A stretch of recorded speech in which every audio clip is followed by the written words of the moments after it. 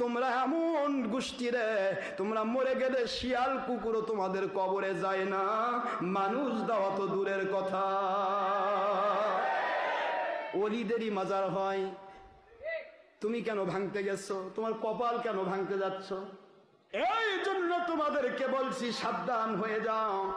আওয়ামী লীগের পতন থেকে তোমরা শিক্ষা গ্রহণ করো।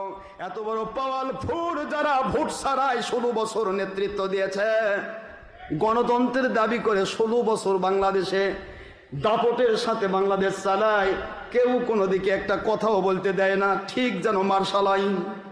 কথা বলছেন না কেন জোরে?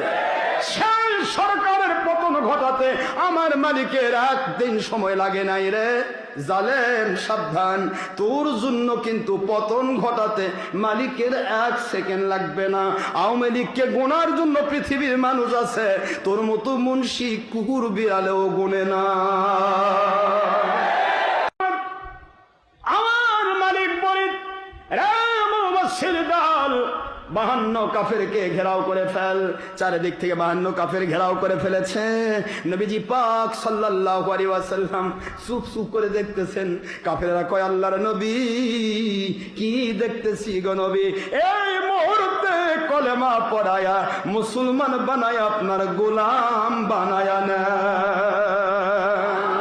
আল্লাহু আকবার বলুন। আমাদের মুসলমান বানান। আমরা বুঝতে পেরেছি আপনি ছোট পাওয়ারের সাথে সম্পৃক্ত নন। 52 কাফের মুসলমান হয়ে গেল, নবীজি পাক সাল্লাল্লাহু আলাইহি ওয়াসাল্লাম সাহায্য পেয়ে গেলেন।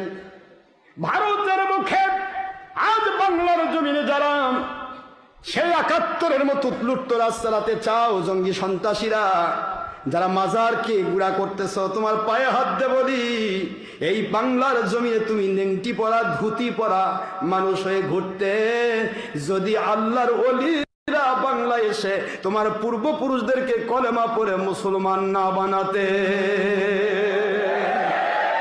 ওই ওলিদের মাজার ভাঙতে যাচ্ছ, আল্লাহ তোমাদের কলিজা এবং কপাল ভেঙে দিবে। সাবধান, মাজার থাকবে, তুমি থাকবা না।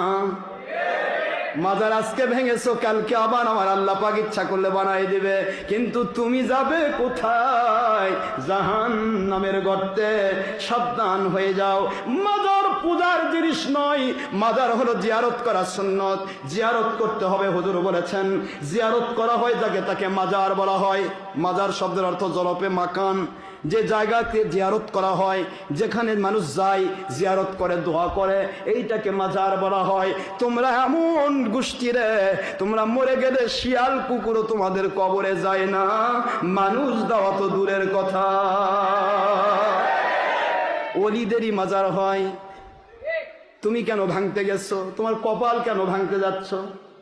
এই জন্য তোমাদেরকে বলছি সাবধান হয়ে যাও। আওয়ামী লীগের পতন থেকে তোমরা শিক্ষা গ্রহণ করো।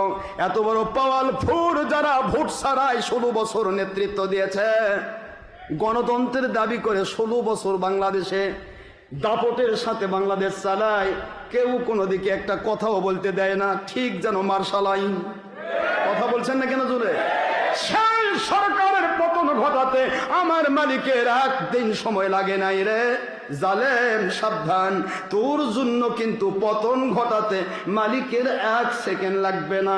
আওয়ামী লীগকে গোনার জন্য পৃথিবীর মানুষ আছে, তোর মতো মুন্সি কুকুর বিড়ালেও গোনে না।